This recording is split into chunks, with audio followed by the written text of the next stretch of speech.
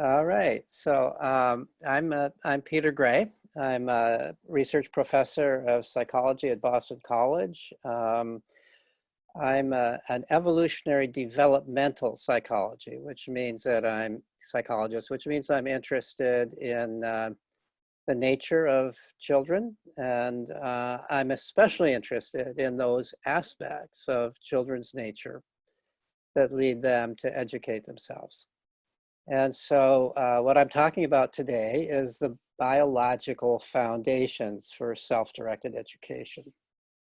There's a handout that I put on the Hova app for my session, and I don't know if you have access to it or not, but if you have an easy way to look at that while you're still looking at me, if you've got two screens or however you can do that, it would be useful to have that in front of you. If that's not easy for you, it's no big problem. But I want you to know that on your Hova app, I did upload a handout which has an outline of my talk, and it also has a full page of articles that document further the ideas that I'm going to be talking about for people who would like to see what the actual data is, would like to see extended arguments for the points that, concerning the points that I'm going to be making in this talk. So the title of my talk is Biological Foundations for Self-Directed Education. And so right off, I have to explain what I mean by self-directed education. And as a preliminary to that, I probably ought to say, what do I mean by education? Now, education is a word that many people in our culture think is a synonym for schooling. You ask how much education a person has had, and they'll usually answer how much schooling they've had. But of course, that's not the way I would define education. Education has to do with the things that you learn and know that help you in life. So the way I would define education, very simply, is that it's the sum of everything a person learns that enables that person to live a satisfying and meaningful life. And I might add moral to that, a satisfying, meaningful, and moral life. And if you think about it, if you think about the things that you've learned that allow you to live a satisfying, meaningful, and moral life, how much of that did you actually learn in school? And how much of that did you learn in other aspects of life in the course of just living your life? And I think when you look honestly at that, what you will conclude is that very little of your education actually came from formal schooling, no matter how much formal schooling you had. I've had an infinite amount of formal schooling, and yet when I look at what I know that has been useful in my life, most of it has not been from school lessons. And another way of thinking about this is when you think of all the things you were taught in school, when you think of the typical school curriculum, how much of that has actually contributed to your living a satisfying and meaningful and moral life? I would venture to say that some of it has, but I would venture to say that that amount is less than 10%, maybe less than 5% of all that stuff that you spent time drilling on, memorizing, learning in school. Most of it we forget because it's not really relevant to our lives. And if it's facts, if it's factual information, you know, we don't remember it. And nowadays, of course, any factual information you can just look up in about 5 seconds on your iPhone. So what I'm kind of pointing out here is that in terms of real education, all those days and months and years that we spent at school, a lot of it was wasted time.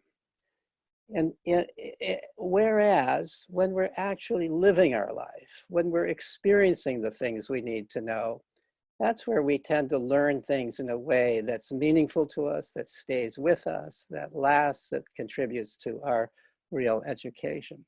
So that's the way I would define education, but what about self-directed education? So self-directed education is the education that derives from a person's self-chosen activities and life experiences. Self-directed education can include organized classes as long as they're freely chosen. It doesn't mean that if you're pursuing a path of self-direction, it doesn't mean that you would never take a course, but it's your choice to take a course. It's not being imposed upon you. It's not being forced upon you if it's self-directed education. But most of self-directed education does not occur that way. Most of it occurs simply through the course of life.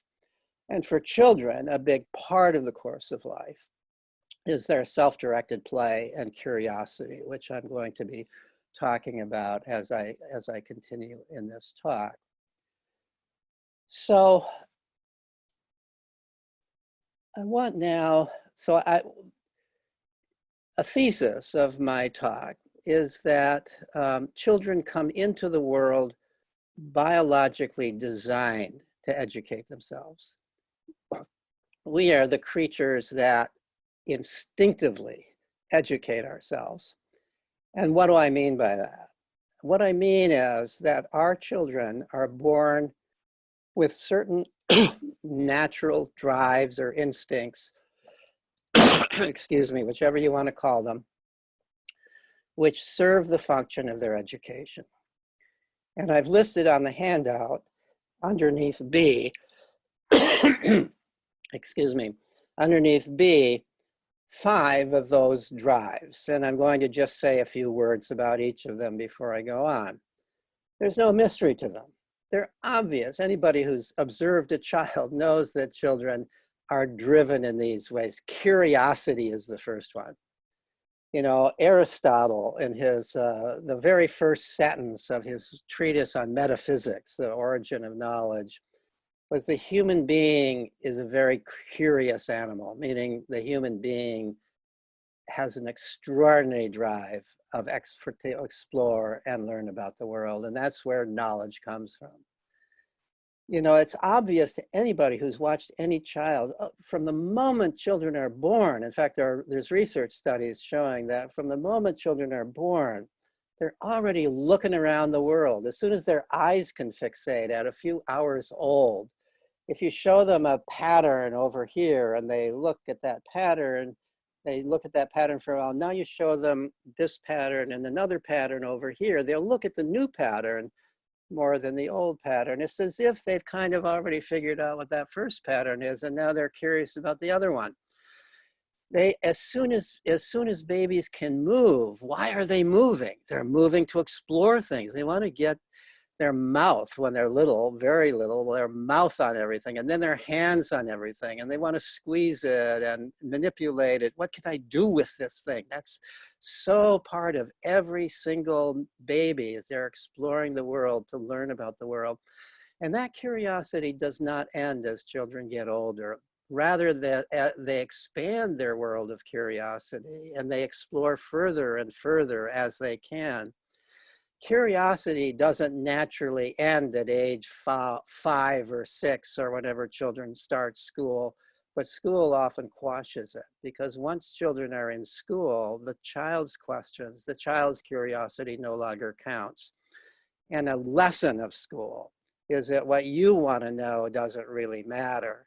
The important thing is to know the stuff that we're teaching in school. And so we quash curiosity. But if we don't quash it in school, curiosity continues throughout life. And fortunately for most people, it's not fully quashed in school. It comes back again. It revives.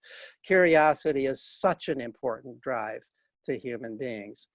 The second drive that is an obvious one about children is playfulness. You know, when you think of children, the first two ideas that should come to mind is curious and playful. Children want to play. Well, why do they want to play? They want to play because over the course of natural selection, those children who played a lot survived better than those who didn't. So the drive to play became an endowed feature of human beings, especially in young human beings. All young mammals play, and they all play at the kinds of things that they need most to learn.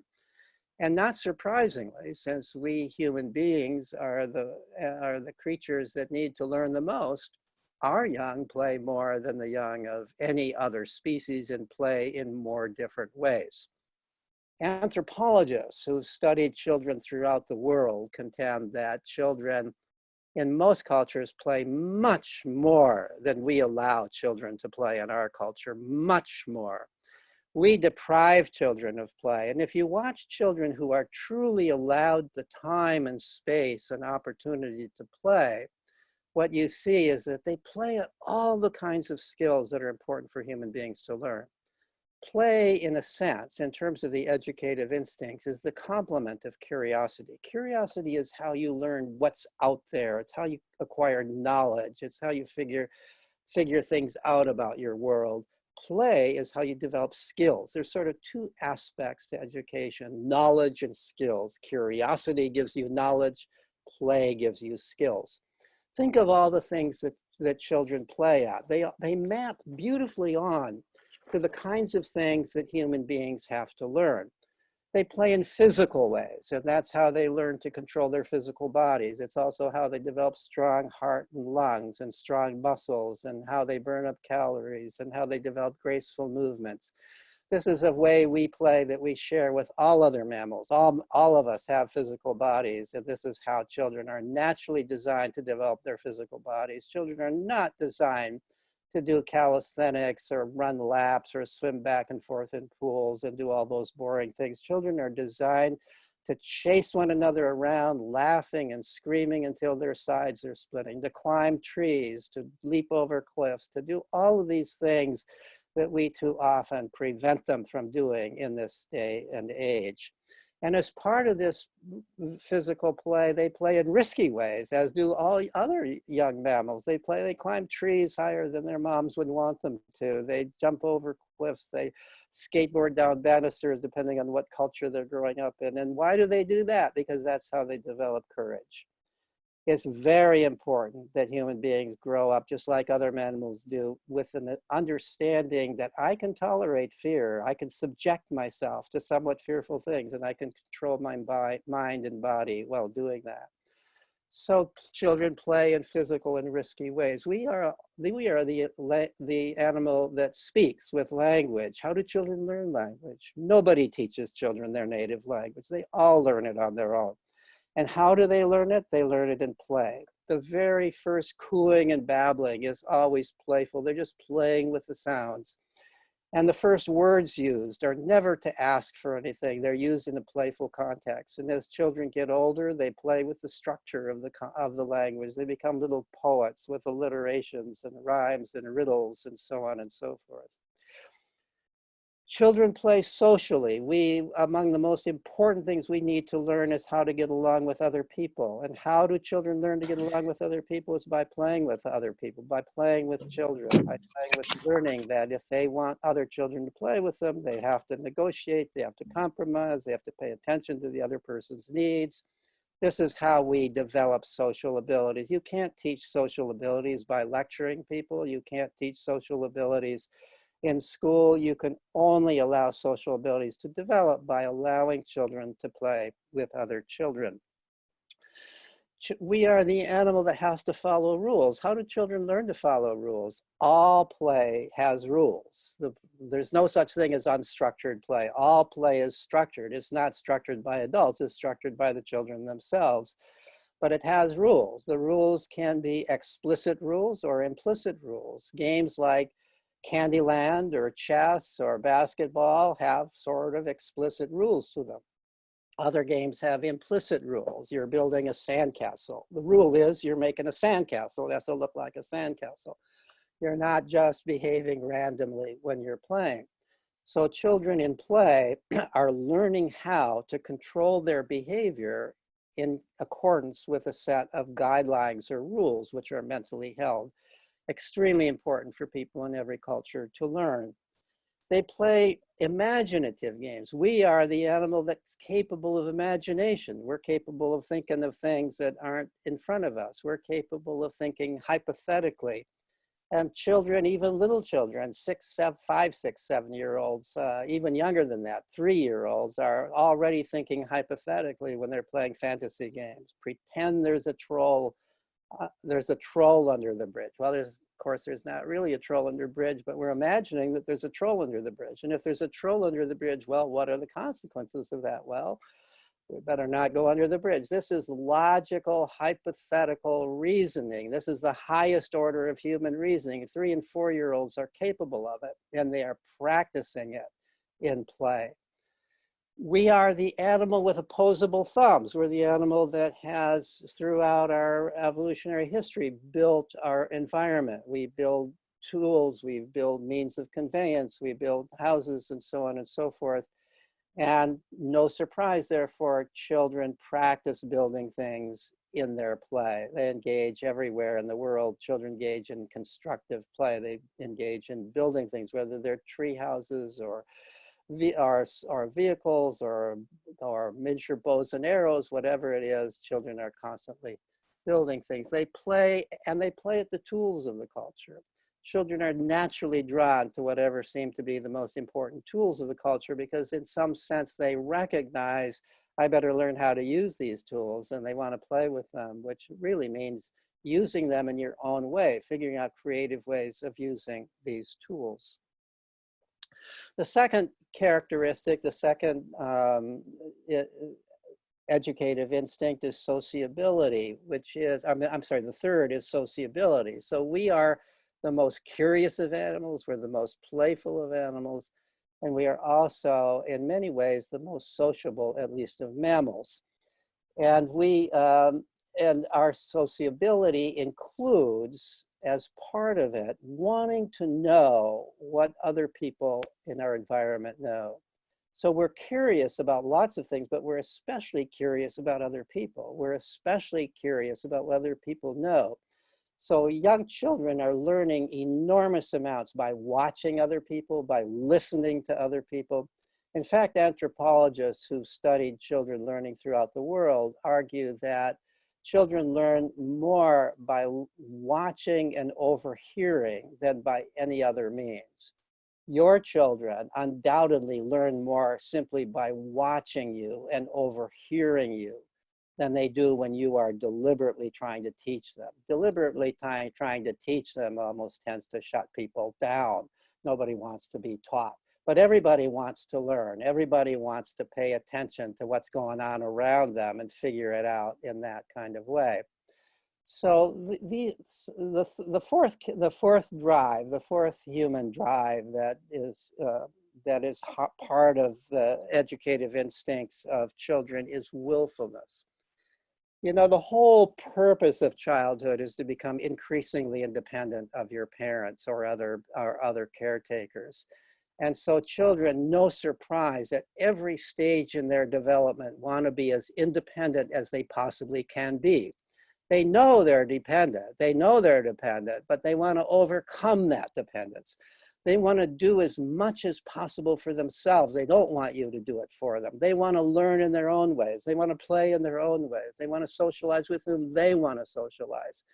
This can be a problem in our society because we see it as sort of a conflict of wills. We want them to do one thing, they want to do another thing, and we can't always let them do their thing in our culture. But to the degree that we can let them do their own thing, all the better. And the reason is because we are reinforcing, therefore, their drive to be independent, their drive to take control of their own lives. And the fifth drive that I listed is planfulness. And this may seem a little surprising to you that children are planful, that children already, even little children, are already learning how to think ahead and make plans for the future. Now, little children aren't thinking long-term future. They're not thinking about, what am I going to do when I grow up? Although sometimes they're thinking about that and playing at that. But just whenever they're playing a game, they have to plan what they're doing. What am I doing? I'm playing this game. Okay, then I carry it out. They're thinking ahead and they're creating a plan and they're practicing creating that plan. And as children get older, they begin to think farther and farther ahead. And if children have lots of practice planning their own lives because we aren't planning it all for them, then by the time they're teenagers, they're already maybe thinking about their long-term future. I'm not going to be supported by my parents my whole life. How am I going to make a living? What do I have to do to prepare myself to make a living? And so on and so forth. So these are all the kinds of things that children engage in as they, all the drives. These are the sets, the primary set of drives that underlies children's self-directed education. I'm going to, because the time is going very rapidly and I want to leave plenty of time for questions and answers, I'm going to be very brief on C, D, and E on the handout. Let me just say that I have studied self-directed education in 3 different contexts. One context is hunter-gatherer bands. I have never directly observed hunter-gatherer bands, but I have surveyed anthropologists who have lived in and observed how children learn in hunter-gatherer bands. And what I can say very briefly, I refer to articles I've written on this topic. What I can say very briefly, in every single hunter-gatherer group that's been studied, children are allowed to play and explore all day long. All day long is for play and explore. There's no such thing as school. There's very little verbal instruction at all. Maybe adults will point out what the poisonous mushrooms are. Hey, stay away from these things. But they don't think they have to teach the kids how to hunt and gather. They don't need to teach them the religious, the festival rules and so on and so forth. They just assume children will learn these things. And by providing children the freedom to play and explore all day, they're providing children the freedom to educate themselves. And what I have learned in hunter-gatherer bands is that children, nobody has to tell them to do this, the children play at the very kinds of activities that are most important for them to learn. Nobody's measuring them. No adults are worrying about whether they're going to learn the stuff they need to know. Nobody compares one child with another. In fact, that would be almost obscene in a hunter-gatherer culture to do that, to say, oh, my child is ahead on this or that. That would be a kind of bragging, which is verboten in a hunter-gatherer culture. So some of these things that we think of as part of education in our culture would be almost a taboo in a hunter-gatherer culture, measuring, comparing, all of this kind of thing. Children are to be trusted. They're going to grow up okay, just let them be. That's the attitude of the hunter-gatherer culture. And the anthropologists tell me that these are among the brightest, happiest children they've ever seen in their lives. I've heard this from multiple different hunter-gatherer anthropologists about the children that they have observed. Another context in which I've studied self-directed education, in fact, the very first context in which I studied it was at the Sudbury Valley School. So this is a school, it's now in its 52nd year. So this is a school that's been around for more than half a century. And I did my initial study several decades ago of the graduates of this school. So this is a school that has none of the characteristics of that we think of as a school.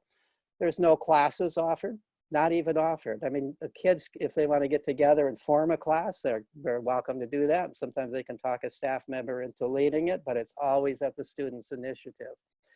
The kids are there from age 4 on through age 18, and they're not segregated by age. They play together, they do things together. There's all kinds of opportunities for education, all kinds of interesting things to do, but they're not required to do any of it. Nobody's tested in any kind of way. The adults there don't call themselves teachers. They don't even call themselves facilitators. They're just the adults in the community. And when I first got interested in this, I was concerned actually because my own son was about to become a student there. And I was concerned as to whether or not this was going to limit his adult life in some way, not growing up in this joyful kind of way, pursuing his own interests. So I did a study of the graduates at the time when there were about 100 graduates of the school at that time, some of whom, the school was already in existence long enough that some of them had done all of their education at this school. And what I found out was that they're living very happy adult lives. Those who wanted to go on to universities had no problem getting into university. Imagine that. Never taken a course before, never taking a test until they prepared themselves and took the university admissions SAT test for if they wanted to apply to a college that required that. They just prepared themselves for it on their own, largely, figured out what they needed to know to do well on that test. They interview well, and they get into, even in many cases, elite colleges. But there's various routes that they make it into college for those who want to go to college. But not all go to college. Many of them are in careers that don't require college, and they're doing very well too. I found that they go into all walks of life. They don't all become poets or starving artists or musicians. They go into the whole range of careers. There are doctors, there are lawyers, there are business people, and so on and so forth. All these beliefs that we have that you've got to do something like a standard curriculum in order to go on in higher education and careers, I discovered is a myth. It's not true. You can miss the whole thing and still go on and live the same kind of life that people are going to college. And it appears that they were doing it better because the way they put it is they felt that they had learned to take responsibility for their own life. And that gave them a big advantage, both in higher education and in careers. And an additional way in which I've studied self-directed education is to look at unschoolers. So unschoolers are homeschoolers who don't follow a curriculum, where the parents allow the children to pursue their own interests in their own ways. I'm convinced that unschooling only works if the family is not socially isolated from the larger community. The kids that are successful in unschooling are kids who get involved in the larger community. So they're learning from many more people than from their own parents. They're involved, they have friends, even adult friends, and they're involved in activities in the community, and they're growing up this way and learning about the world. And I discovered very similar things with the grown unschoolers as I did with the graduates of the Sudbury Valley School. Those who want to go on to college don't have any difficulty doing so. They're in a wide variety of careers. They're mostly all happy with their careers. They have found, as young people, they found their passions, and they're pursuing their passions in their careers. So I want to finally talk about F on the handout. And I'm going to be brief here because I want to leave at least 20 minutes for questions and discussion.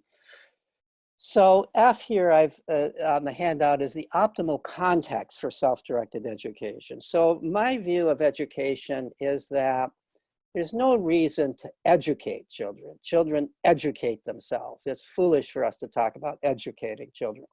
But we adults do have a responsibility. Our responsibility is to provide a setting in which children can educate themselves naturally. Children in hunter-gatherer cultures, it's no big problem. Everything that adults do is right in front of kids. They can see it all. They experience it in their direct life. There's not a problem of exposure, not a problem of seeing what it is. But our culture is different from that. We segregate adults from children by and large. Many children don't even know what their own parents do at work, and so on and so forth. And so I think it's important in our culture that if we're going to take the route of self-directed education for our children, we have to think about how to set up the kind of environment in which children can learn. And that means an open environment. It doesn't mean that we're isolating our children from the world around. Our children have to be exposed to the world around. We have to help facilitate that exposure for them to be able to educate themselves adequately. So I've listed on the handout 6 characteristics of what I see as the optimal context for self-directed education. I originally developed this by thinking, what's similar between a hunter-gatherer band, which seems to work so beautifully for self-directed education, and the Sudbury Valley School, which seems to work so beautifully for self-directed education. And these are the things that I came up with. I think in a certain way, although not quite so obviously, these same things apply in successful unschooling. These same characteristics apply. So the first characteristic that I've listed is the social expectation and reality that education is children's responsibility. Children come into the world believing it's their responsibility. They believe it's their job to figure out the world, to figure out what they need to know, and then to learn it. We wouldn't have survived as a species if they didn't come into the world thinking that. But we can talk them out of that. If we act as if, they will become educated by doing what we're telling them to do, rather than by figuring it out themselves. They can come to the conclusion that as long as they do what they're telling them to do, that's how they educate themselves. And of course, we all know that's not true. Kids don't become educated that way. You learn what you get interested in and pursue. So we have to stop pretending. If we want to do self-directed education, we can't pretend that adults are educating children. We have to insist that they're educating themselves. The second characteristic is unlimited freedom to play and explore and pursue their own interests. They need lots of time for this, lots of free time, in other words. They need time to try out different things. They need time to get bored and overcome boredom. They need time to find things that they're passionate about, at least for some period of time, and they delve into and can't be interrupted at. They want to do it for hours on end. They need time to do that. It takes time for children to self-educate, and it's not something that you can just adequately fit into the cracks if you're doing a full-time school-like curriculum. You can do some of it, but with the way schools fill children's time today, and especially if we're also putting children in all kinds of adult organized activities after school, they have very little time for this kind of self-directed education. So time, free time, is extremely important. Third characteristic is opportunity to play with the tools of the culture. Children need to, what I mean by play with the tools of the culture is do your own thing with the tools. Learn how to be creative with the tools. Learn how to therefore really use these tools, not just follow somebody's instructions about the safe way to do this and so forth, but to actually be allowed to use this tool in your own kind of way. Anthropologists say that in every culture, children gravitate to the most important tools of that culture and want to play with those tools. So in hunting and gathering cultures, they play with bows and arrows and digging sticks and dugout canoes and the musical instruments of their culture and so on and so forth. In farming cultures, kids play with farming implements. In our culture, they play with a wide variety of things. What do they mostly play with today? Computers, of course they do. Far and away the most important tool of our culture today. I mean, any child whose eyes are open can see that if there's any tool I better learn to master, it's the computer. No matter what I'm going to do in life in this culture, I better be good at computers. So of course, even 2-year-olds are drawn to computers, just like 2-year-olds in hunting-gathered culture are drawn to fire and knives and bows and arrows and so forth, and play with those things. So the fourth characteristic is access to a variety of caring adults who are helpers, not judges. There's several parts of this that I want to emphasize, a variety. It's good that there be a number of different adults with different personalities, different sources of knowledge, different beliefs that the child interacts with. You're going to get a narrow education if you're only interacting with 1 or 2 adults.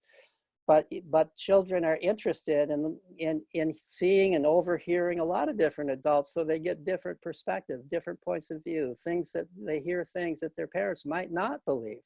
Some people, unfortunately, homeschool in order to prevent their children from hearing stuff that the parents don't believe. That's a mistake, and it certainly is not the route to unschooling. Unschooling, you want to open up your child's world, not close it down.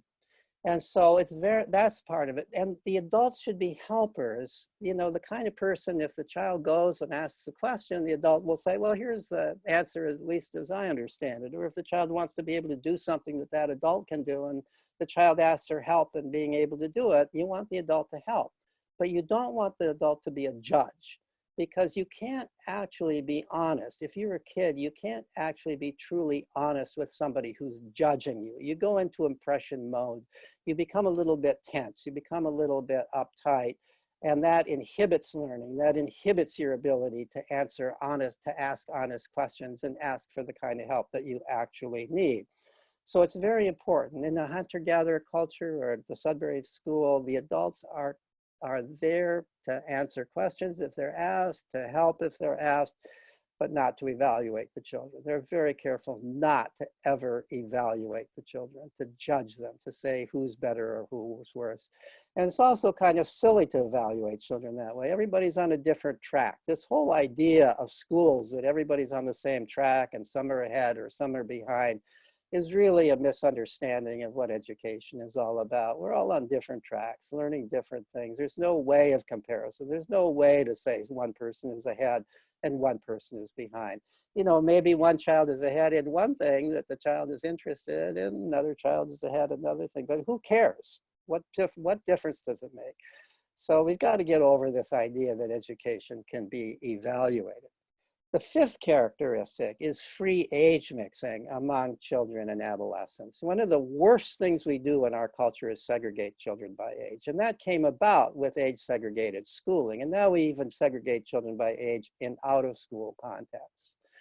Throughout history, children were never segregated by age until we had age graded schooling. Children always played in age mixed groups. They always interacted in age mixed groups.